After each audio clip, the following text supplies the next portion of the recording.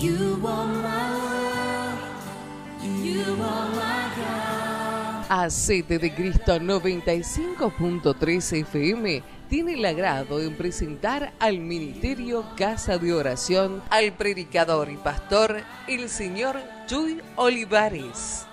Vamos a continuar con la serie de la historia de la iglesia. Entonces, para que se vayan preparando, creo que ya están listos. Esta serie, Historia de la Iglesia, este será otro tema. No sé, aquí se me perdió un poco vamos en el 10 creo, 11, no sé. Pero vamos a hablar sobre uno de los reformadores que, según muchos, después del apóstol San Pablo, ha sido uno de los teólogos más brillantes, de los pensadores más brillantes que ha tenido el cristianismo. Estoy hablando del francés Juan Calvino. Este hombre se le conoció como el gran pensador, por la razón que ya expliqué. Este hombre nació el 10 de junio de 1509 en una ciudad, Noyon, en Francia. Y este hombre, Calvino, era un católico que amaba a Dios, pero se encontró un día con el Dios de la Biblia. Y este hombre poseía un carácter sólido, un carácter, algunos decían que era un carácter muy fuerte. Era tan apasionado el hombre Calvino, pero era un apasionado de la verdad del Evangelio. Hay gente que es apasionada de cosas que no tienen sustento bíblico, no. Este hombre era un apasionado de la verdad del Evangelio, y muchas veces esa pasión que él sentía lo volvía a los ojos de muchos como un hombre duro, como un hombre de un carácter inflexible. Lo que él anhelaba simplemente era que la verdad saliera a la luz. Y este hombre, era inevitable que su mensaje no produjera un debate, pero este debate surgía por su celo, repito, de combatir el error. Dice la historia, su biografía, que era como un soldado aguerrido en la batalla, y espiritualmente fue un soldado leal de Jesús. Y yo creo que nosotros estamos llamados a ser soldados de Jesús, así, igual, que defendamos, como dice Judas en su carta, no el traidor, sino el otro, Tadeo, que contendamos ardientemente por la fe que nos ha sido dada, que la defendamos con todo rigor. Muchas veces, como a este hombre, Juan Calvino, que a los ojos de muchos les parecía como un hombre inflexible, duro, tosco, probablemente piensen de ti lo mismo si tú defiendes con celo las verdades del Evangelio. Pero eso somos llamados.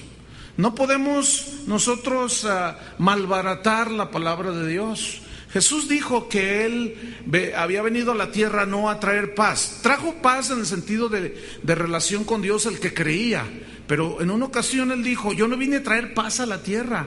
Va a haber disensión entre el padre y su hijo, la vecina, el yerno, la nuera, el suegro. ¿Por qué? Porque el Evangelio, las verdades del Evangelio en sí mismas, traen confrontación, como en los tiempos de Jesús. Y Jesús dijo: si a mí me han perseguido, si de mí han dicho cosas, a ustedes también les harán. Y Juan Calvino no fue la excepción.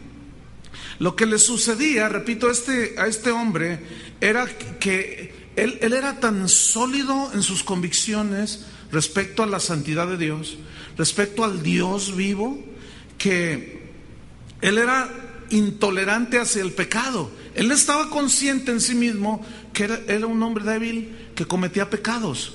Sin embargo, era un hombre que amaba la santidad, y que él no se reconociera como un pecador, sino que él estaba en contra del libertinaje de muchos que decían que amaban a Dios. Y obviamente su mensaje era fuerte, confrontador, y levantaba reacciones diversas entre los que lo escuchaban. Miren, apóstoles como Calvino, pero apóstoles de verdad, son los que se necesitan el día de hoy. Gente como él que defienda, que combate el error, que combate el abuso, que denuncie la manipulación, aunque esto les traiga impopularidad, como a Juan Calvino, como al mismo Jesús, que ni sus mismos hermanos creían en él, ¿se acuerdan? Entonces es necesario que nosotros desarrollemos un carácter así, un carácter firme en cuanto a las verdades del Evangelio, intolerantes contra todo error que flagrantemente viole y agreda las enseñanzas básicas de la Biblia. Tenemos que formarnos de esa manera para enfrentar precisamente las desviaciones que hay en la iglesia de Jesucristo. Por eso, porque faltan hombres de carácter, esa es una de las razones por las cuales el cristianismo reformado de hoy está navegando en aguas turbulentas.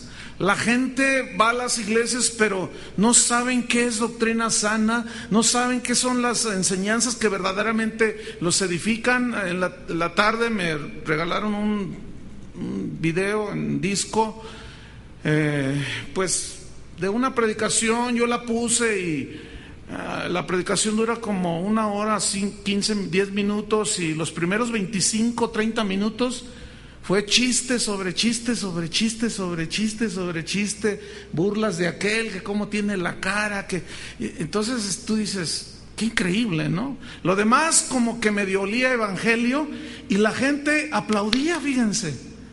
Y yo decía, qué increíble, qué manera de desperdiciar el tiempo tan valioso de las personas. Juan Calvino ingresó a la Universidad de París a los 14 años. En aquellos tiempos, a esa edad ellos podían ingresar a la universidad, y dice su historia que fue un estudiante muy brillante, era muy inteligente, aprendió el latín, pero lo manejaba impresionante el hombre. Aprendió latín, artes, teología. Dice su historia que él desde joven ya tenía una ansia por la búsqueda de Dios, anhelaba más de Dios, y se inscribió en otra universidad porque esta universidad se distinguía por una estricta disciplina en la formación de carácter, en la formación académica, pero también él quería estudiar teología, necesitaba buscar a Dios.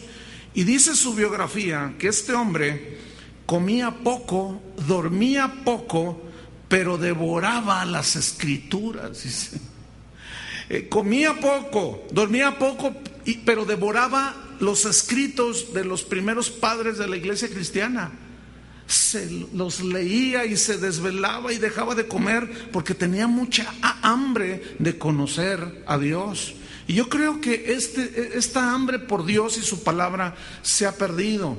Hoy hay predicadores que dicen, no necesitamos la palabra, no necesitamos la Biblia, lo queremos a Él. Pero es imposible tener a Dios haciendo a un lado la palabra. Es imposible. Entonces no, lo queremos a Él, queremos su presencia como hace un rato en la adoración, pero también anhelamos su palabra. ¿Cuántos anhelan su palabra? Su palabra debe ser nuestra delicia. Jesús dijo claramente, si ustedes no permanecen en mí y mis palabras en vosotros, si no pueden hacer nada. Pero si ustedes permanecen en mí y mis palabras en ustedes, ustedes son verdaderamente mis discípulos. Entonces, pasa el tiempo y en el fondo del corazón de este hombre, a pesar de que él en apariencia así, por su personalidad y su celo, proyectaba una imagen así como dura, en realidad los que lo conocían de cerca decían que era un hombre muy tierno. Y cuando yo estudiaba esto me acordé de la vida del apóstol Pablo. Pablo, el apóstol, era un hombre muy tierno, les hablaba con palabras muy tiernas a los cristianos, a sus hijos en la fe, decía. Les hablaba a veces les hablaba muy duro. Por ejemplo, a los corintios los reprendió y los regañó. Les puso una santa regañiza a los corintios porque eran muy carnales, eran muy rebeldes a Dios, y les hablaba fuerte, pero también tenía un lado que él sabía manifestar ese carácter cuando se requería de la firmeza, de la inflexibilidad en cuanto a la doctrina, en cuanto a que no se violaran los principios bíblicos. Pablo era muy firme. Cuando se trataba de expresar el amor de Dios, el consuelo, él solía tener palabras muy tiernas, y alguien lo describió, el apóstol Pablo, como el hombre de hierro y de terciopelo. Y yo creo que debemos cada uno de nosotros desarrollar esas dos características en nuestra vida: ser inflexibles en contra del error. Esto va a parecer como que somos muy duros, pero por otro lado, la ternura de un padre, la ternura de una madre. Pues así era este hombre, fíjense, dice su historia que en 1528, 4 años después de que él había entrado a la universidad, a los 18 años, recibió un máster en artes. Para ese entonces, como decía en un momento, dominaba ya totalmente el latín y tenía sólidos conocimientos de filosofía. Se había leído a todos los filósofos griegos, todos los famosos, y este hombre quería ser sacerdote católico. De hecho, por eso se metió a la universidad para estudiar teología. Tenía todo a su favor para ser un sacerdote dentro de la Iglesia católica. Ahora, su padre, de Juan Calvino, era un abogado, y se repite la historia aquí. Su padre quería que fuera abogado como él, pero en aquel entonces pues así se usaba, ¿no? Entonces Juan Calvino, así como John Hus y otros, pues yo quiero que seas doctor, yo quiero que seas esto, yo quiero. No había esa libertad que hoy tenemos, y en obediencia, dice la historia, a su padre se inscribió pues en la Facultad de Leyes, pero dice su historia, su biografía, que le encontró gusto a la carrera y comenzó a estudiar junto con la carrera de leyes. Comenzó a estudiar el griego, pero lo aprendió, lo manejaba como otro idioma más, pero al pie de la letra. Era un hombre muy inteligente, y dice la historia que en esos tiempos ya comenzaba a decirse del idioma griego que era el idioma de los herejes. Hágame usted favor. Claro, porque pues el que hablaba griego luego se iba a las escrituras originales y descubría las verdades de la Biblia y decían, oigan, estamos mal, y comenzaron a decir pues que el griego era el idioma de los herejes, ¿no? Para tratar de contrarrestar. Para ese tiempo ya la imprenta había sido inventada por Gutenberg, ya se había impreso la Biblia. La Biblia ya corría por muchos lugares, ya en forma de libros ya publicadas, y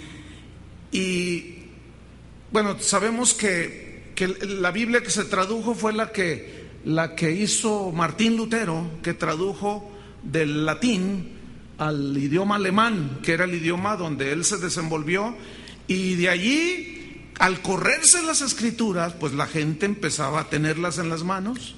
Ya era mucho más fácil tener una copia de las escrituras, y había mucha gente que de por sí ya estudiaba y comenzaban a encontrar las verdades de la Biblia. Entonces pasa el tiempo y las enseñanzas de Martín Lutero comenzaron a rondar alrededor de Calvino. Acuérdense que él era muy joven aquí. Calvino sabía que había una bula papal, que era un decreto del Papa, que el que estudiara las doctrinas o los libros de Martín Lutero sería quemado en la hoguera. Y él sabía eso, y a pesar de eso, él comenzó a leerlos, a estudiarlos.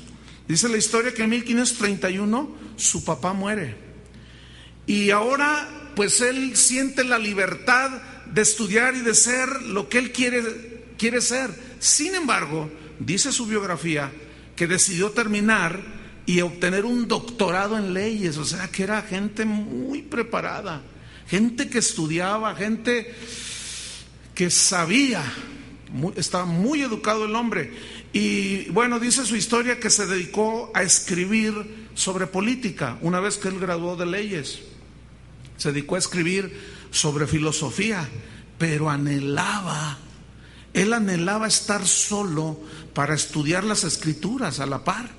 Y dice su historia que en esa búsqueda de estar en soledad se hospedó con un hombre que había abrazado las enseñanzas de Martín Lutero. Y como tenía mucho contacto con él, pues aquel hombre comenzó a compartirle acerca de las escrituras y de las enseñanzas que Lutero había extraído de la misma Biblia. Pero Juan Calvino seguía siendo un católico, ¿sí? Acuérdense que en ese entonces nada más se conocía la iglesia como iglesia católica. Bien, este hombre Calvino escribiría posteriormente sobre su conversión lo siguiente: Dios me domó cual caballo rebelde. Dice, cambió mi mente, pues yo era un firme devoto de las supersticiones del papado, pero las escrituras abrieron mi mente. Fíjense qué interesante, las escrituras abrieron mi mente. El domingo pasado, este domingo, en la reunión de las 11, no sé cuántos vinieron a la reunión de las 11, buen número. Bueno, en esa reunión sucedió lo que le voy a contar. Andaba un fotógrafo aquí que un hermano de aquí lo conoce, que es muy buen fotógrafo, pero no es cristiano.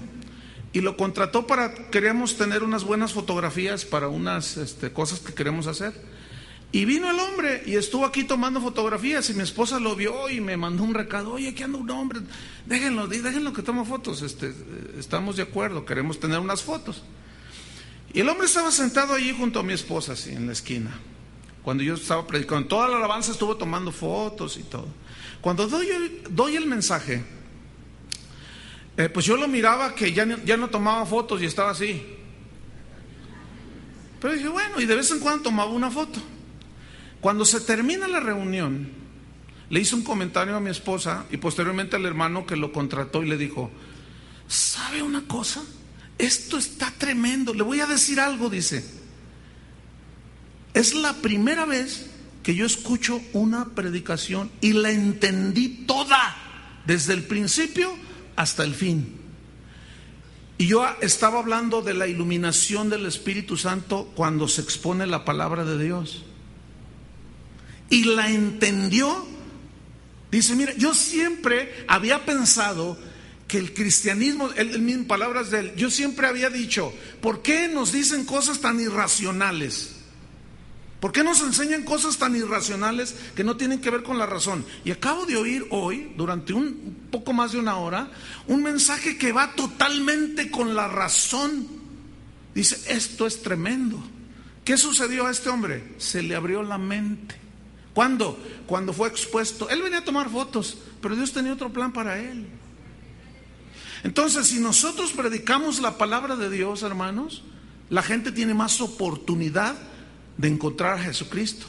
Pero si nos pasamos 20, 30 minutos de una hora de la predicación contando chistes, pienso que a mí me gusta ser ameno y todo, y ustedes me conocen, pero hay que cuidar el exceso, ¿sí? Entonces, Calvino, Dios me domó, cambió mi mente cuando me expuse las escrituras. Él, fíjense qué interesante lo que hizo este hombre Calvino. Cuando le pedían que hablara de de su testimonio, cómo había encontrado a Cristo, él no quería hablar de su conversión, decía. No, decía, él afirmaba que lo más importante era declarar las verdades del Evangelio que podían transformar a las personas que escucharan el Evangelio, que su testimonio personal caía en segundo y hasta en tercer lugar. A él no le importaba dar su testimonio, a él le importaba predicarle a la gente las escrituras. No sé, 24 años tiene esta congregación que fue fundada. Ya en este mes de junio los cumplimos.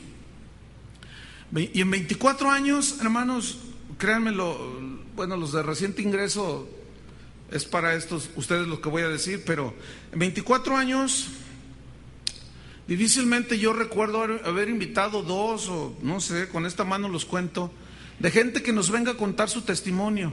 La verdad es que a mí no me interesa que gente venga a este lugar a contar su testimonio. ¿Por qué? Porque el testimonio personal queda en segundo término. Y fíjense, cuando yo me encontré con esto dije, no, pues con razón, estos hombres dejaban huella. Y hay gente que llama cada rato a la oficina: pastor, yo soy un evangelista y tengo un testimonio tremendo, déjeme contárselos. No, vais y cuénteselos allá afuera. Aquí ya son cristianos.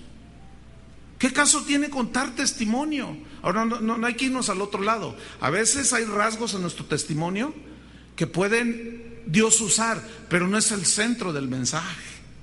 El centro del mensaje debe ser la palabra de Dios. ¿Cuántos están de acuerdo conmigo? Entonces, así era este hombre, fíjense. Calvino finalmente abrazó las doctrinas de Martín Lutero, que había extraído de la Biblia.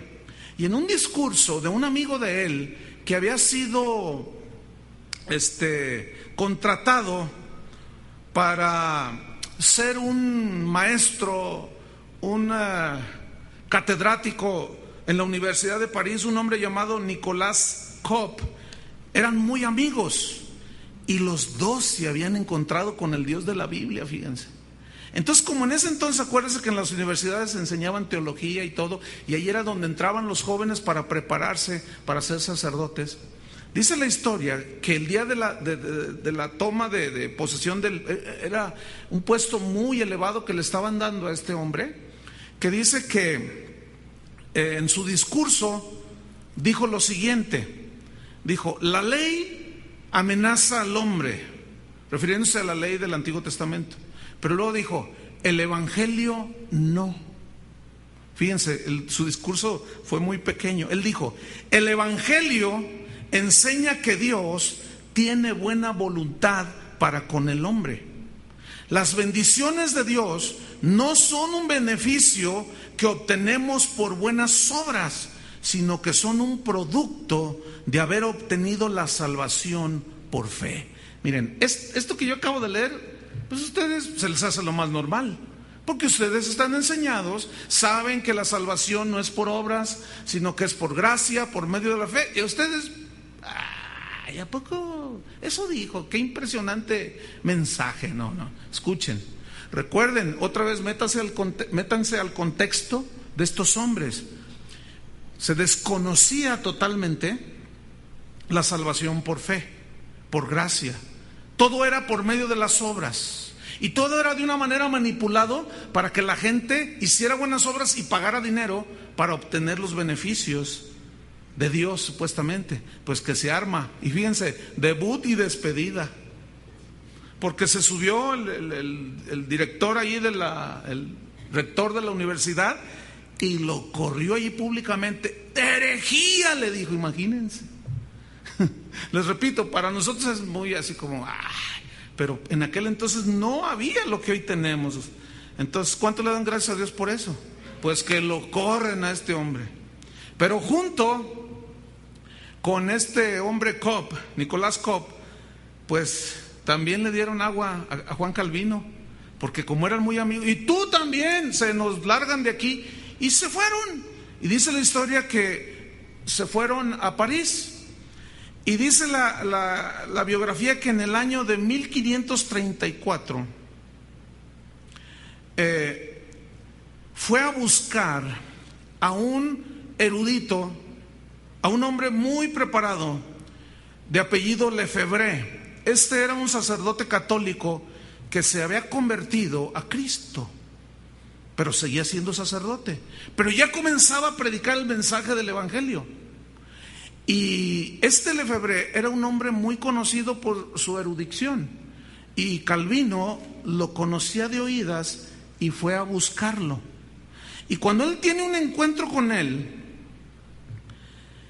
con este hombre Lefebvre, que descubrió en las escrituras que el hombre era salvo solo por gracia, por fe y no por obras, bueno, dice la historia que cuando Calvino y Lefebvre tuvieron un encuentro, una entrevista, este hombre era un anciano que tenía casi 100 años de edad. Y en aquel entonces, llegar a 100 años de edad era algo extraordinario. Porque el promedio de vida en esos tiempos era entre 50, 45, 40 años de edad. El que rebasaba de los 50, este es un bendecido de Dios, decían. Este tiene pacto con Dios.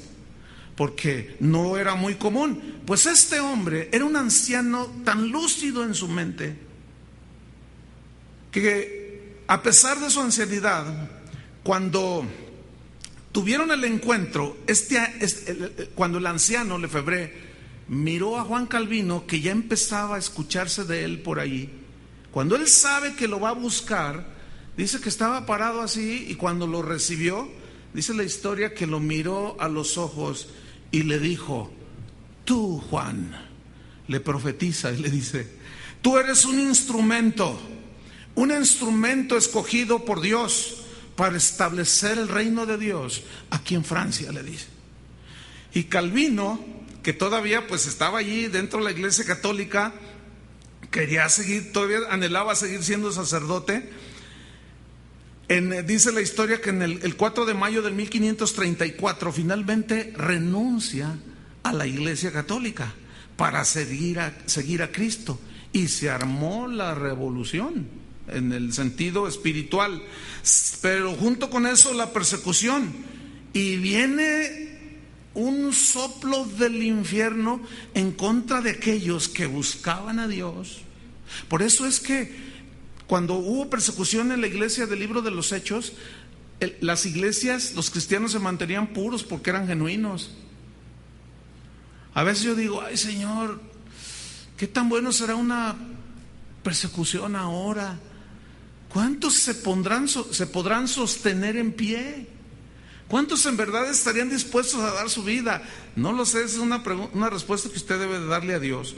Pero bueno, sigamos con la historia. Mataron a 24 personas que leían las Escrituras, que habían encontrado a Cristo por la fe, creían en la gracia de Dios. Y Calvino se fue huyendo y llegó a Suiza. Y él comenzó a escribir, a hacer escritos en favor de los mártires que estaban muriendo por Cristo. Los defendía. Acuérdense que él era abogado, y él hacía sus defensas y alegaba de una manera muy inteligente de por qué es que los habían matado por su deseo de acercarse a Cristo. Por eso es que se cataloga a Juan Calvino como uno de los pensadores cristianos que ha aportado, a partir de que él existió hasta la fecha, es de los que ha aportado más a la humanidad. Escúcheme bien, no son palabras mías estas, son palabras de los historiadores, que han aportado más a la iglesia para que el hombre sea libre en su decisión de creer, en su decisión, en su libre voluntad, en su libre albedrío, por lo que él escribió, por los razonamientos que él tenía. Entonces él comenzó a escribir a favor de todas estas personas y a favor de la reforma que en la Iglesia Católica, bueno, pues ya era una realidad, pero se estaba extendiendo. Él escribió un libro que se llama La Institución, y este libro, que yo lo he estado buscando con muchas ganas, pero no lo he logrado conseguir. Si alguno lo tiene, pues préstemelo, ¿no?, para leerlo. Pero este libro trajo un impacto en aquel tiempo.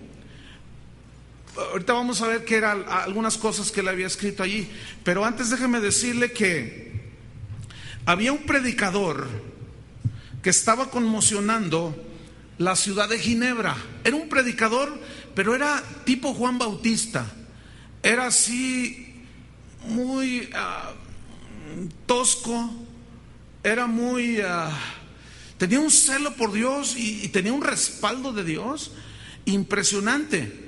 Pero a su predicación, dice la historia, se convertían las personas por cientos y por miles. Pero él no era un maestro de la Biblia, él era un predicador de fuego, pero no tenía el don de enseñar las Escrituras para ir formando a los creyentes. Entonces, este hombre, este predicador, se llamaba Guillermo Farel, y le hablaron de Calvino y le dijeron: oye, pues hay muchos convertidos, pero tú no tienes la habilidad de enseñarles la palabra de Dios. ¿Qué hago? ¿Qué hago? Y se pusieron en oración, y alguien vino y le dijo: ¿por qué no le haces una invitación a Juan Calvino para que venga aquí mismo en Ginebra, en Suiza, a ser maestro de la Escritura a todos aquellos que se están convirtiendo. Escúcheme bien, hermano, es muy importante que todo cristiano se someta a la enseñanza de maestros de la Biblia. Porque usted, cuando inició la primaria, la secundaria, la preparatoria, entró a la facultad, usted siempre se sujetó a maestros de las materias, ¿no es cierto? Siempre. Nadie, ningún niño puede decir, no, yo no necesito ningún maestro, yo solo voy a ser abogado porque yo quiero ser, y el título, no me interesa el título. No. Si usted no obtiene un título oficial, no puede ejercer la abogacía. ¿Sí o no, licenciado? Entonces, miren, dentro del cristianismo no es igual así que un título te avale así, ya puedes predicar. Lo que yo estoy enfatizando es que todos necesitamos estar a los pies de maestros de la Biblia. Pero no cualquiera puede ser un maestro de la Biblia. Por eso también muchos cristianos se tuercen. Muchos cristianos, aún ni siquiera entendiendo las enseñanzas básicas de la Biblia, ya quieren poner su iglesia y ser maestros de la Biblia. No, espérense. Se los hemos recalcado muchísimas veces. Esperen el tiempo de Dios, sigan aprendiendo, sigan madurando, y en su momento, para que sean efectivos, para que no sean del montón, de esa gente que nomás habla por hablar, no sabe ni lo que dice, y al rato empiezan con un montón de herejías. No, tenemos que estar bajo sujeción de maestros. Pablo lo estuvo, todos los hombres en la Biblia. Josué con Moisés, Eliseo con Elías. Ahí está el principio. Bueno, lo invitó y sucedió algo bien interesante, miren. Cuando va y lo busca, Calvino tiene una plática, lo invita, pero él rechaza la invitación al principio. Pero bueno, Dios tenía un plan para este hombre y trató, así como con Jonás, trató con Calvino. Entonces finalmente él recapacita y dice, no, eso es de Dios. Y él posteriormente dijo lo siguiente: Dios me lanzó al fuego, tenía planes que yo no quería, porque eran diferentes a los míos, aunque yo quería servir a Dios, dijo. Dice, yo no quería aceptar el reto, pero cuando aquel tosco predicador, Farel, me miró a los ojos y me dijo, si os negáis a hacer el trabajo, Dios os pedirá cuentas. Y yo no quise hacer caso y me fui huyendo. Pero Dios trató conmigo como trató con la ballena. Y aquí hay un principio, hermanos. Dios tiene un plan para ti. Dios tiene un plan para mí. Dios tiene un plan. Unos van a hacer una cosa, otros otro. Algunos van a ser pastores, otros maestros. Otros simplemente van a ser apoyadores. Y no porque sea menos. Dios tiene un plan para cada uno. Pero escuchen bien. Hijos de Dios, escuchen bien los que son hijos de Dios. Cuando Dios te llame a algo, obedécele. Es mejor por las buenas, porque Dios va a tratar contigo, porque Él quiere que elijas hacer su voluntad. Bueno, finalmente Calvino dijo, Farel, el predicador tosco, así le llamaba él, me dejó aterrado cuando me dijo eso. Dice, sentí como si Dios mismo me estuviera mirando a los ojos a través de él. Y cuando me señaló con su mano, yo sentí que era el dedo de Dios. Imagínate, bueno, yo cuando menos quisiera ser como ese Farel, aunque sea muy tosco, pero que sea un siervo de Dios. Otros tal vez serán maestros, pues prepárense, lean. Si tú quieres ser maestro de la Biblia, tienes que ser al menos como este hombre, que se devoraba la Biblia y se devoraba buenos libros, no testimonios de Cuquita la rancherita y cosas de esas. Pues está bien, léanlos, pero esos no son los que te van a alimentar. ¿Qué fue? Ayer se me acerca un chico aquí de la congregación, tiene 21 años, y me dice, pastor, mire lo que compré. Y me enseña un libro de teología sistemática, pero así. Entonces me dice, ¿es bueno este libro? Y lo agarro y yo tengo ese libro. Y le digo, ¿tú vas a leer esto? Y estaban ahí alrededor otros, les dije, miren, esto es lo que deberían de leer. Porque son unas letritas ahí chiquititas, chiquititas, chiquititas. Pero son estudios de la Biblia, hermanos, tan profundos. ¿Tú vas a leer esto? Me dice, sí. Y me dice, mire todos los que he comprado. Posteriormente me enseñó y tiene unos, no sé, 10,000 pesos invertidos en libros, pero libros de a de veras. No libritos de Chanok. No, bueno, esos eran mis tiempos, pues. Mimín Pingüín, que... Le dije, pero léelos, estúdialos. Y bueno, Calvino entonces fue pastor allí en Ginebra y enseñó la Biblia, dice la historia, como pocos. Dicen que era muy sencillo en su manera de enseñar a la gente, pero muy profundo. Dice su biografía que él enseñó acerca de la Biblia, que era la autoridad máxima que un cristiano que se decía cristiano debería de tener sobre sí. La palabra de Dios como su autoridad máxima. Ni siquiera mínima, sino máxima. Es decir, ese tipo de maestros de la Biblia que te dicen, si está escrito aquí, interpretado en el contexto general de la Biblia, sin forzar los textos, si está ahí, créelo, cómetelo, saboréalo. Pero si no está aquí, ni siquiera te asomes a ello. Eso es lo que enseña un maestro de la Biblia. Si no es aquí, no tienes por qué creer lo que aunque te saquen un versículo. Acuérdense que Satanás también cita la Biblia. Entonces, enseñó la Biblia como pocos. Él enseñó que el ser humano no tiene nada de bueno en sí mismo. Yo les he hablado bastante sobre eso. Pero pues estamos hablando de hace casi 500 años. Que él, estudiando las Escrituras, se dio cuenta que el hombre no tiene nada de bueno en sí mismo. Ya Calvino hace 400 y pico de años ya ha estado contradiciendo a la que sería hoy la psicología moderna, que el hombre es básicamente bueno, que el hombre no tiene nada de bueno, según la Biblia. Y él descubrió esas verdades. No hay un justo ni aún uno, no hay quien busque lo bueno. Él enseñó que la salvación y la regeneración, el nuevo nacimiento, eran solo por la fe en Jesús. Les repito, ubíquense en el contexto de aquel tiempo. Pero comenzó a hacer cosas muy interesantes, fíjense. Descubrí, porque su biografía es muy extensa, yo tuve que extraer las partes más medulares y me llamó la atención algo que él hizo. Dice su historia que en las reuniones donde él predicaba, incorporó la música, la alabanza. Dice la historia que comenzaban a cantar salmos, pero palmeaban con alegría, con gozo. Los salmos que eran así como de milicia, los cantaban en ese ton de milicia, que mis adversarios y que los dientes de los perversos quebrantaste. Y pues eso no se usaba, se usaba el...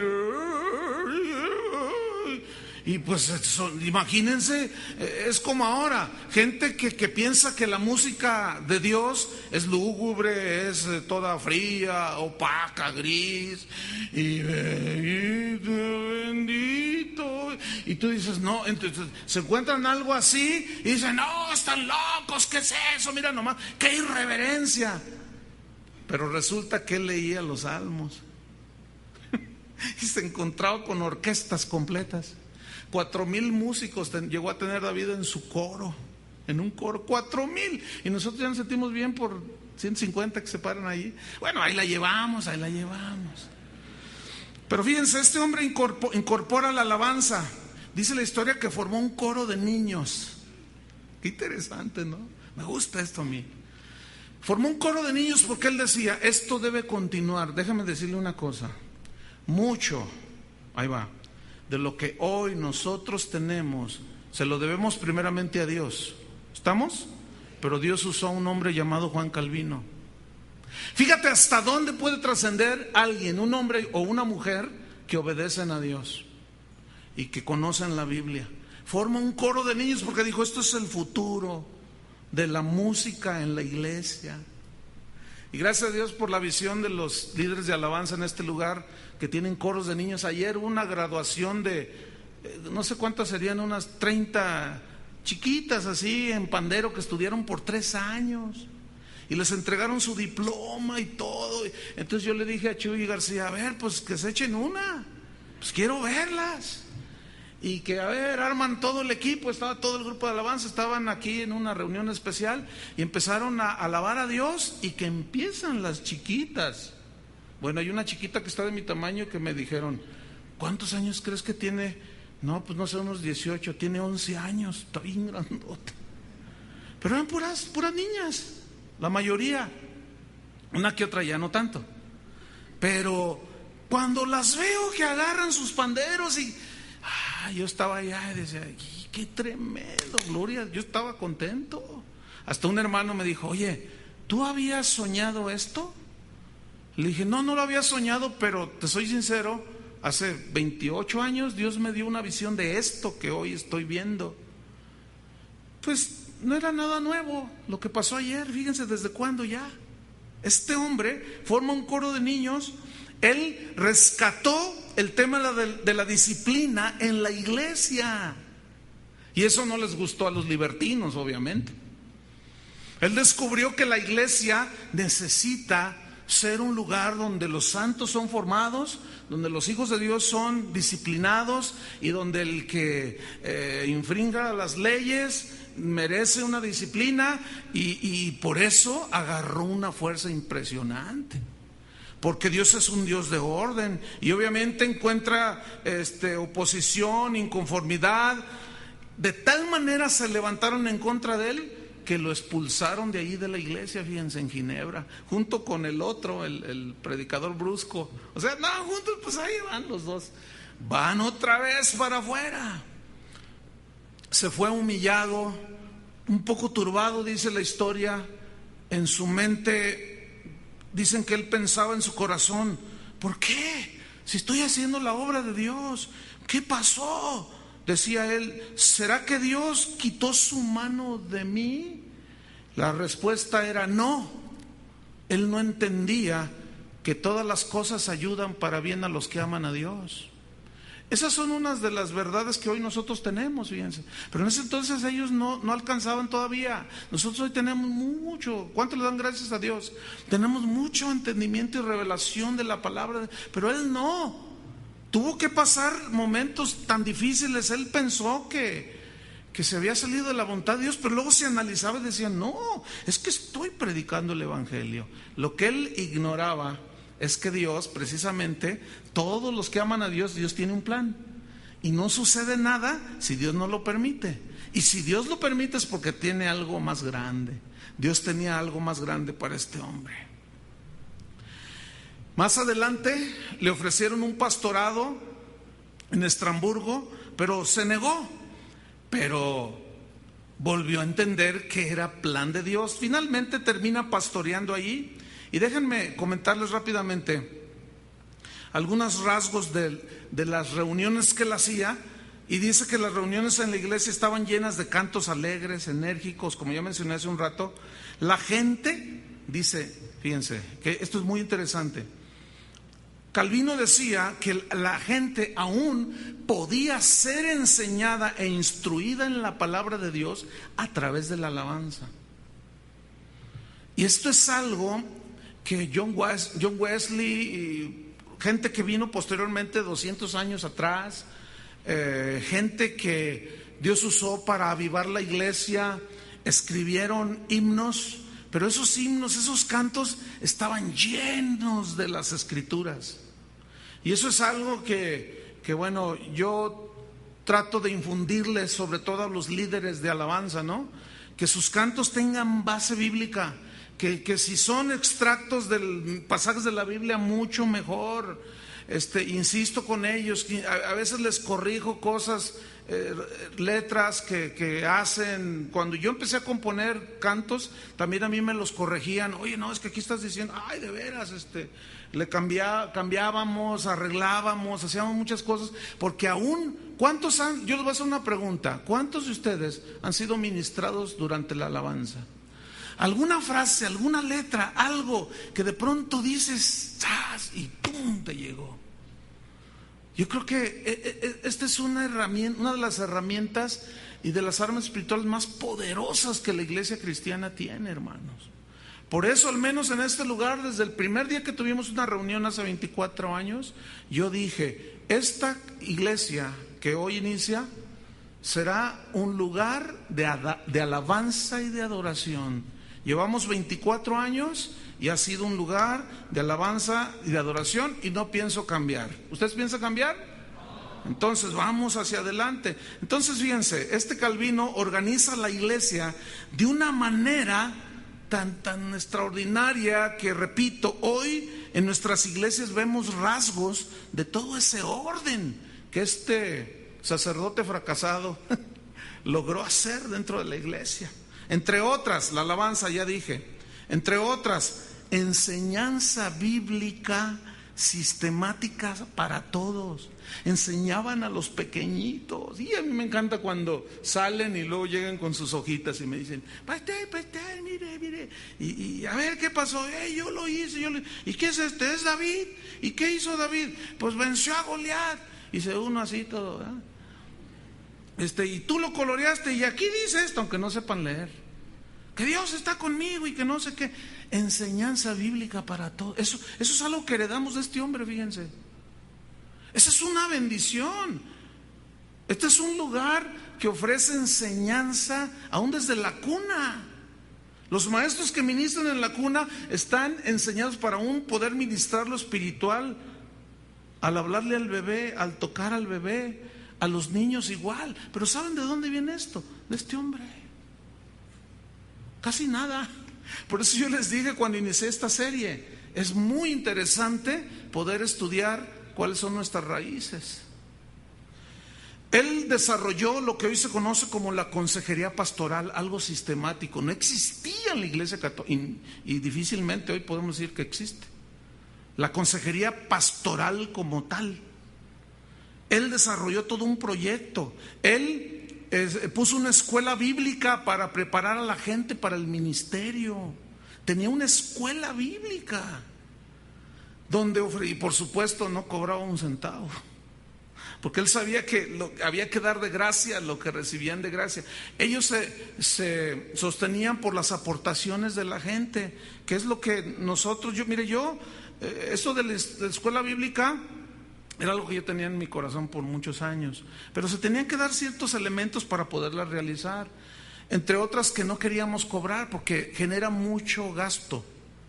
Pero siempre hay gente en su momento que es generosa de corazón, y hasta la fecha se ha sostenido. Ya cumplimos el primer año de escuela bíblica, no se cobra un solo centavo, y Dios está bendiciendo de una manera extraordinaria. Gracias a Dios, y que un hombre como Juan Calvino organizó, estructuró y dejó una herencia invaluable para nosotros, gracias a Dios. Él, entre otras cosas, definió el ministerio pastoral. Esta es la función del pastor, esta es la función de los maestros, esta es la función de los ancianos, de los diáconos. Basaba sus doctrinas, sus enseñanzas, todas las enseñanzas que él daba las basaba previo estudio del hebreo y del griego. No, pues con razón tenían una sustancia impresionante, ¿no? Y ahora a mí me da una bendición, siento tan complacido que hay un montón de gente aquí que tiene sus diccionarios en griego y en hebreo. Algunos llegan con los librotes, pues no sé usarlo. Pues yo les enseño, a ver, ven, siéntate aquí, les enseño. A los de la mañana, los del curso de la mañana, ya les enseñé cómo se manejan en una clase especial, cómo sacar las verdades de la Biblia con esas herramientas que hasta hace muy poco existen en español para nosotros. Entonces, él basaba su doctrina en el estudio del griego y del hebreo. Incorporó la oración por los enfermos, gratuita, por supuesto. Porque no se usar por los enfermos. No, cáigase con una lana y ahí a ver si Dios lo sana. No. Y finalmente, miren, para terminar, vamos bien. ¿Me regalan 5 minutos? Sí, ok. Brevemente, unas reformas de este hombre Juan Calvino respecto a la iglesia. En primer lugar, él dijo lo siguiente: la iglesia es universal, y la palabra católico viene del latín, que significa universal. Y fíjense lo que él dijo, él dijo: la iglesia es universal, pero en el sentido que todo el que cree en Jesucristo forma parte de ella. Esa es una verdad impresionante, ¿sí? Pero en ese entonces sonaba así como que, ¿cómo? Solo los bautizados son miembros de la iglesia.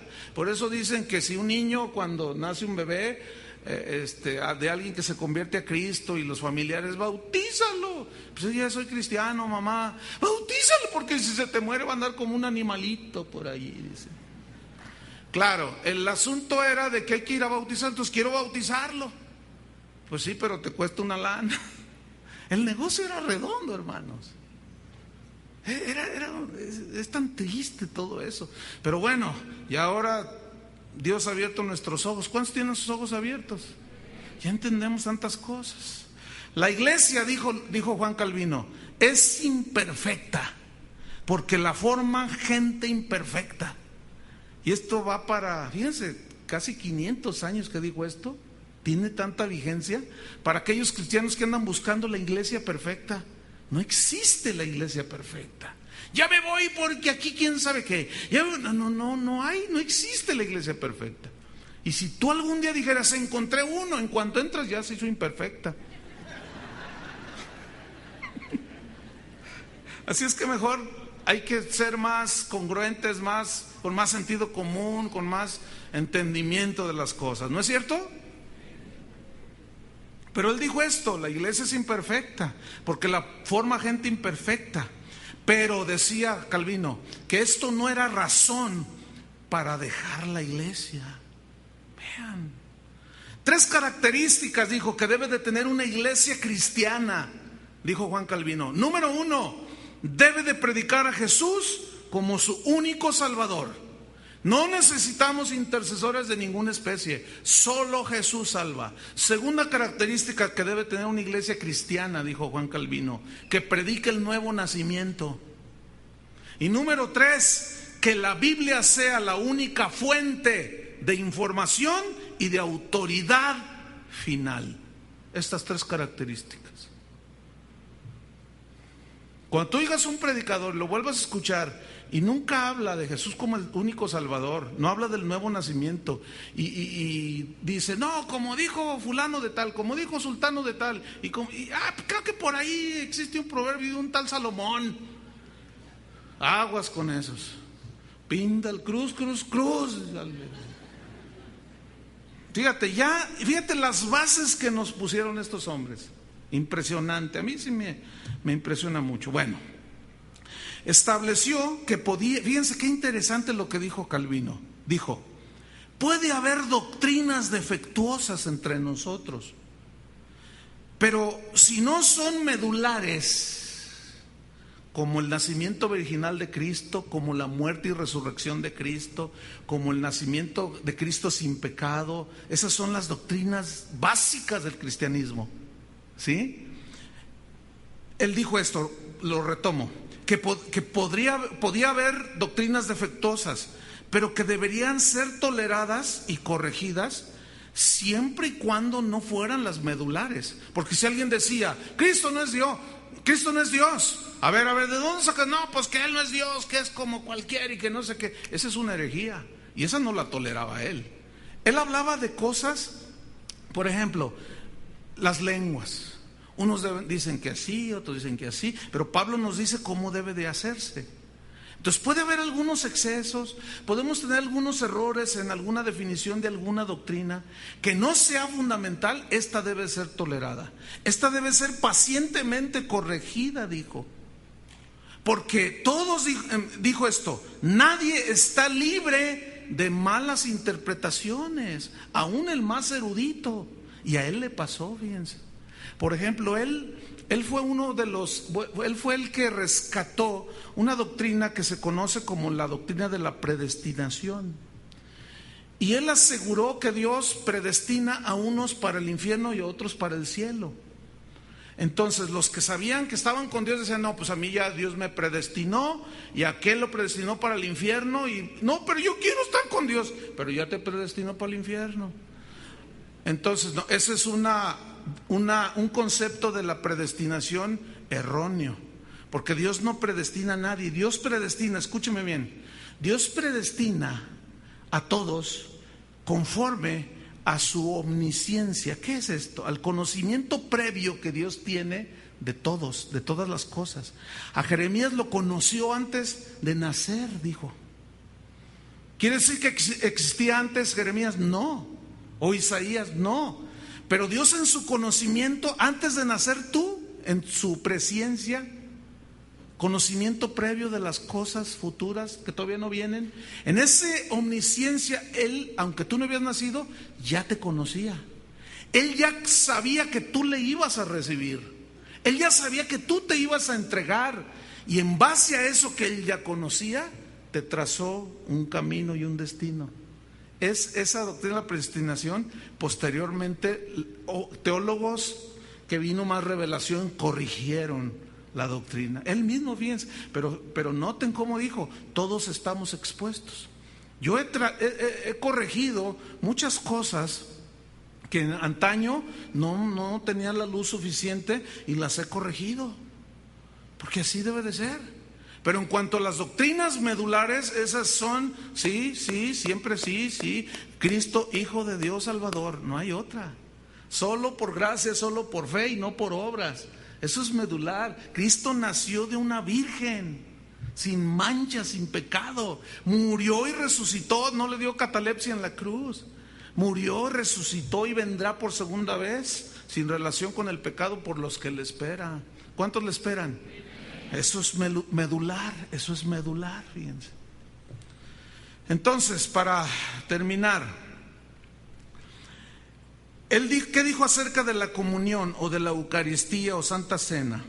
Dijo, el pan no es el cuerpo, ni el vino es la sangre literal de Cristo, pero sí debe tomarse con una actitud de arrepentimiento para que no haya consecuencias si alguien está en pecado no confesado, siendo cristiano. Y él se basó en 1 Corintios capítulo 11. Porque algunos cristianos ciertamente no perdían su salvación, pero andaban en malos pasos, tomaban la cena, no discernían el cuerpo y la sangre del Señor, y venía una disciplina de parte de Dios. Y Pablo dijo, por esa razón algunos ya duermen, hablando de que ya se murieron. ¿Qué significa esto? Que se murieron antes de tiempo, por haber cometido una infracción. Y Dios a veces, ese es designio de su voluntad, en ocasiones dice, ¿sabes qué? Tú ya vente para acá, ya vente, y mejor nos lleva con Él, pero antes de tiempo. Y llegas con tus manos vacías allá delante de Él, y el galardón que tenía destinado para ti, pues se lo pasa al que fue fiel, como ya hemos estudiado. Finalmente, Él estableció la disciplina en la iglesia como algo necesario y basó toda su teología en Mateo 18. Dijo, se puede llegar al grado de excomunión cuando el Hijo de Dios que peca, que se le llama la atención, aún con testigos, aún se informa a la iglesia y persiste en su pecado, tiene que ser cortado de la comunión de la iglesia, echado fuera, no recibido, para que Dios trate con él. Satanás se enseñoreará de él y aún puede morir, como dijo Pablo en 1 Corintios. El tal sea entregado a Satanás para destrucción de su carne, a fin de que su espíritu sea salvo. Y eso es lo que se conoce como la excomunión. Y porque este punto se ha hecho a un lado la disciplina, por eso muchas iglesias navegan en las aguas de la inseguridad, ya no se sabe ni qué. No, en la iglesia de Cristo debe de haber disciplina. ¿Cuántos dicen amén?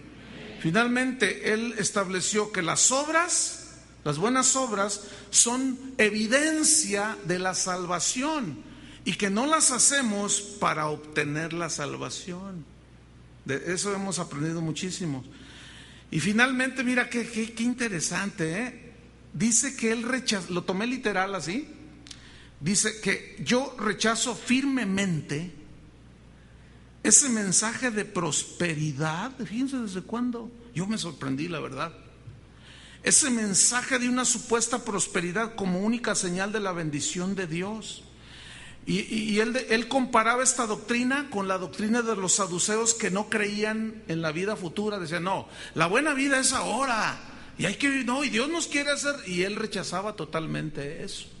Fíjense cómo ha tomado vigencia esa doctrina en estos tiempos. Pero en fin, la influencia finalmente reformadora de Juan Calvino dejó huella en muchos países, en Francia, en Italia, en Alemania. Yo he estado en todos esos países por la gracia de Dios. He visitado esos lugares donde predicaron estos hombres. Hay mucha gente fiel, otros se han apartado, pero ahí está la huella.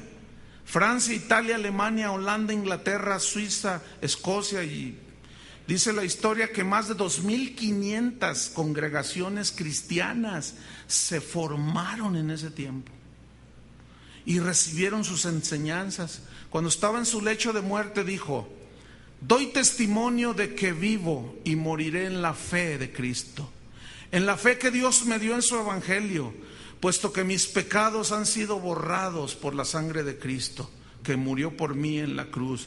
He enseñado su palabra en sermones, en exposiciones de las Escrituras. He peleado la batalla de la fe de manera frontal y directa. Dice la historia que el 27 de mayo de 1564 voló al hogar celestial, que es el destino de nosotros también. Dice la Escritura que tenía solo 55 años, era muy joven, pero vean lo que hizo. Wow. Finalmente debo decirles algo, esto ya lo tomé del diario hace unos 3 años. Hubo un discurso en los Estados Unidos por el aniversario. Ven que ellos celebran la Acción de Gracias. No sé cuántos saben esto.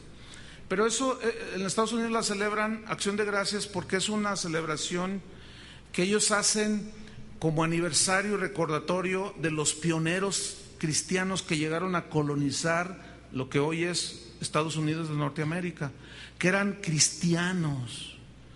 Eran luteranos, eran metodistas, eran calvinistas, eran gente que venía de todos estos movimientos. Esa nación de los Estados Unidos no es casualidad que sea el país más rico y poderoso del mundo. Su ley constitucional está fundada sobre las Escrituras. Y en uno de estos, hace unos 3 años yo tomé esto. Ellos celebraban el aniversario de la llegada de los pioneros, de los misioneros en aquel entonces, y mencionaron a Calvino, fíjense. Y a mí me llamó la atención porque dijeron que no ha vivido nadie a quien el mundo le deba tanto por la libertad de conciencia en los últimos 4 siglos y medio que uno como Juan Calvino. Yo me quedé, wow. Fíjate, 450 años después honraron su memoria. Gracias a las enseñanzas de Juan Calvino, los Estados Unidos de Norteamérica es un país cuya gente, cuyos habitantes gozan de la libertad de conciencia, de creencia. Es un país libre. ¡Wow! ¿Cuántos quieren dejar huella en esta tierra? Vamos a hacer por lo que nos corresponde hacer. Vamos a orar y a darle gracias a Dios. Señor, te damos gracias. Gracias porque estas historias, Señor, es bueno recordarlas. Es bueno ver cómo en el pasado hiciste tantas cosas maravillosas. Pero hoy la iglesia de este tiempo, Señor, ha caído de nuevo en cosas tan semejantes a las de los tiempos de la Reforma, que algo tiene que pasar, Señor. No podemos seguir igual. La iglesia ha entrado en un sinfín de doctrinas torcidas. Se ha vuelto un negocio descarado. Predicadores que aún se burlan de las escrituras, que hacen a un lado la palabra de Dios y han adoptado libros que escriben los hombres como la regla de fe. Señor, yo te pido que levantes gente con el espíritu de Josué, con el espíritu de Moisés, de Elías, con el espíritu de Lutero, de Juan Calvino, hombres de convicciones muy firmes, mujeres también que hicieron lo suyo dentro de la historia de la iglesia.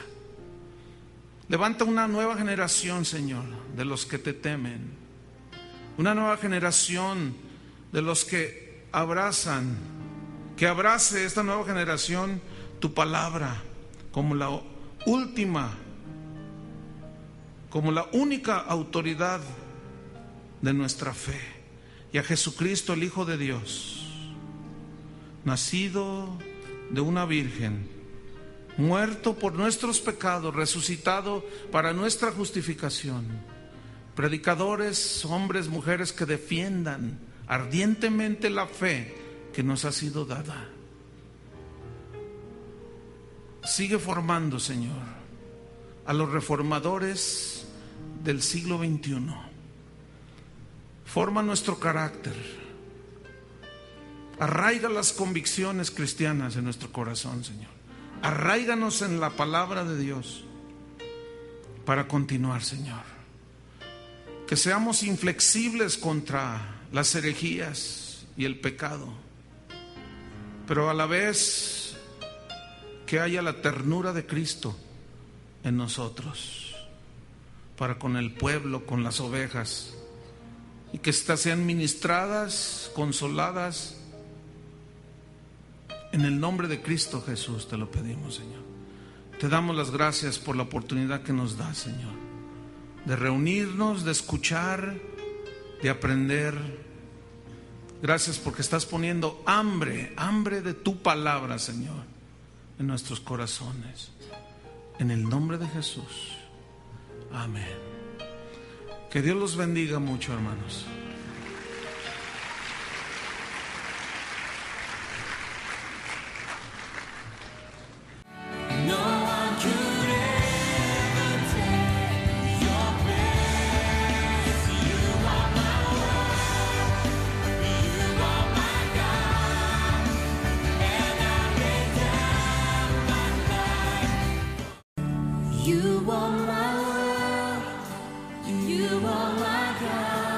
Acete de Cristo 95.3 FM tiene el agrado en presentar al Ministerio Casa de Oración al predicador y pastor, el señor Chuy Olivares. Vamos a continuar con la serie de la historia de la iglesia. Entonces, para que se vayan preparando, creo que ya están listos. Esta serie, Historia de la Iglesia, este será otro tema. No sé, aquí se me perdió un poco vamos en el 10, creo, 11, no sé. Pero vamos a hablar sobre uno de los reformadores que, según muchos, después del apóstol San Pablo, ha sido uno de los teólogos más brillantes, de los pensadores más brillantes que ha tenido el cristianismo. Estoy hablando del francés Juan Calvino. Este hombre se le conoció como el gran pensador, por la razón que ya expliqué. Este hombre nació el 10 de junio de 1509 en una ciudad, Noyon, en Francia. Y este hombre, Calvino, era un católico que amaba a Dios, pero se encontró un día con el Dios de la Biblia. Y este hombre poseía un carácter sólido, un carácter, algunos decían que era un carácter muy fuerte. Era tan apasionado el hombre Calvino, pero era un apasionado de la verdad del Evangelio. Hay gente que es apasionada de cosas que no tienen sustento bíblico, no. Este hombre era un apasionado de la verdad del Evangelio, y muchas veces esa pasión que él sentía lo volvía a los ojos de muchos como un hombre duro, como un hombre de un carácter inflexible. Lo que él anhelaba, consciente en sí mismo que era un hombre débil que cometía pecados. Sin embargo, era un hombre que amaba la santidad y que él no se reconociera como un pecador, sino que él estaba en contra del libertinaje de muchos que decían que amaban a Dios. Y obviamente su mensaje era fuerte, confrontador, y levantaba reacciones diversas entre los que lo escuchaban. Miren, apóstoles como Calvino, pero apóstoles de verdad, son los que se necesitan el día de hoy. Gente como él que defienda, que combate el error, que combata el abuso, que denuncie la manipulación, aunque esto les traiga impopularidad, como a Juan Calvino, como al mismo Jesús, que ni sus mismos hermanos creían en él, ¿se acuerdan? Entonces es necesario que nosotros desarrollemos un carácter así, un carácter firme en cuanto a las verdades del Evangelio, intolerantes contra todo error que flagrantemente viole y agreda las enseñanzas básicas de la Biblia. Tenemos que formarnos de esa manera para enfrentar precisamente las desviaciones que hay en la iglesia de Jesucristo. Por eso, porque faltan hombres de carácter, esa es una de las razones por las cuales el cristianismo reformado de hoy está navegando en aguas turbulentas. La gente va a las iglesias, pero no saben qué es doctrina sana, no saben qué son las enseñanzas que verdaderamente los edifican. En la tarde me regalaron un video en disco, de una predicación. Yo la puse y la predicación dura como 1 hora, 15, 10 minutos, y los primeros 25, 30 minutos fue chida. Su palabra debe ser nuestra delicia. Jesús dijo claramente: si ustedes no permanecen en mí y mis palabras en vosotros, si no pueden hacer nada. Pero si ustedes permanecen en mí y mis palabras en ustedes, ustedes son verdaderamente mis discípulos. Entonces pasa el tiempo, y en el fondo del corazón de este hombre, a pesar de que él en apariencia así, por su personalidad y su celo, proyectaba una imagen así como dura, en realidad los que lo conocían de cerca decían que era un hombre muy tierno. Y cuando yo estudiaba esto, me acordé de la vida del apóstol Pablo. Pablo, el apóstol, era un hombre muy tierno, les hablaba con palabras muy tiernas a los cristianos, a sus hijos en la fe, decía. Les hablaba a veces les hablaba muy duro. Por ejemplo, a los corintios los reprendió y los regañó. Les puso una santa regañiza a los corintios porque eran muy carnales, eran muy rebeldes a Dios, y les hablaba fuerte, pero también tenía un lado que él sabía manifestar ese carácter cuando se requería de la firmeza, de la inflexibilidad en cuanto a la doctrina, en cuanto a que no se violaran los principios bíblicos. Pablo era muy firme. Cuando se trataba de expresar el amor de Dios, el consuelo, él solía tener palabras muy tiernas, y alguien lo describió, el apóstol Pablo, como el hombre de hierro y de terciopelo. Y yo creo que debemos cada uno de nosotros desarrollar esas dos características en nuestra vida: ser inflexibles en contra del error. Esto va a parecer como que somos muy duros, pero por otro lado, la ternura de un padre, la ternura de una madre. Pues así era este hombre. Fíjense, dice su historia que en 1528, 4 años después de que él había entrado a la universidad, a los 18 años, recibió un máster en chiste sobre chiste sobre chiste sobre chiste sobre chiste, burlas de aquel, que cómo tiene la cara, que entonces tú dices: qué increíble, ¿no? Lo demás como que medio olía evangelio, y la gente aplaudía, fíjense. Y yo decía, qué increíble, qué manera de desperdiciar el tiempo tan valioso de las personas. Juan Calvino ingresó a la Universidad de París a los 14 años. En aquellos tiempos, a esa edad ellos podían ingresar a la universidad, y dice su historia que fue un estudiante muy brillante, era muy inteligente, aprendió el latín, pero lo manejaba impresionante el hombre. Aprendió latín, artes, teología. Dice su historia que él desde joven ya tenía una ansia por la búsqueda de Dios, anhelaba más de Dios, y se inscribió en otra universidad porque esta universidad se distinguía por una estricta disciplina en la formación de carácter, la formación académica, pero también él quería estudiar teología, necesitaba buscar a Dios. Y dice su biografía que este hombre comía poco, dormía poco, pero devoraba las escrituras. Dice. Comía poco, dormía poco, pero devoraba los escritos de los primeros padres de la iglesia cristiana. Se los leía y se desvelaba y dejaba de comer porque tenía mucha hambre de conocer a Dios. Y yo creo que esta hambre por Dios y su palabra se ha perdido. Hoy hay predicadores que dicen, no necesitamos la palabra, no necesitamos la Biblia, lo queremos a Él. Pero es imposible tener a Dios haciendo a un lado la palabra. Es imposible. Entonces lo queremos a Él, queremos su presencia como hace un rato en la adoración, pero también anhelamos su palabra. ¿Cuántos anhelan su palabra? Simplemente era que la verdad saliera a la luz. Y este hombre, era inevitable que su mensaje no produjera un debate, pero este debate surgía por su celo, repito, de combatir el error. Dice la historia, su biografía, que era como un soldado aguerrido en la batalla, y espiritualmente fue un soldado leal de Jesús.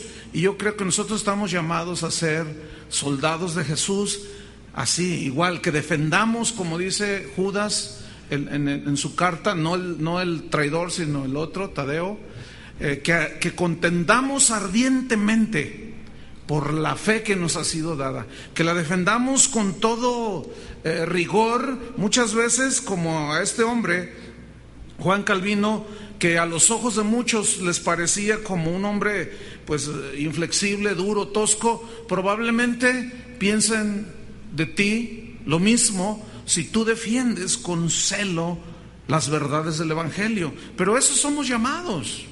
No podemos nosotros malbaratar la palabra de Dios. Jesús dijo que Él había venido a la tierra no a traer paz. Trajo paz en el sentido de relación con Dios el que creía. Pero en una ocasión Él dijo, yo no vine a traer paz a la tierra. Va a haber disensión entre el padre y su hijo, la vecina, el yerno, la nuera, el suegro. ¿Por qué? Porque el Evangelio, las verdades del Evangelio en sí mismas, traen confrontación, como en los tiempos de Jesús. Y Jesús dijo, si a mí me han perseguido, si de mí han dicho cosas, a ustedes también les harán. Y Juan Calvino no fue la excepción.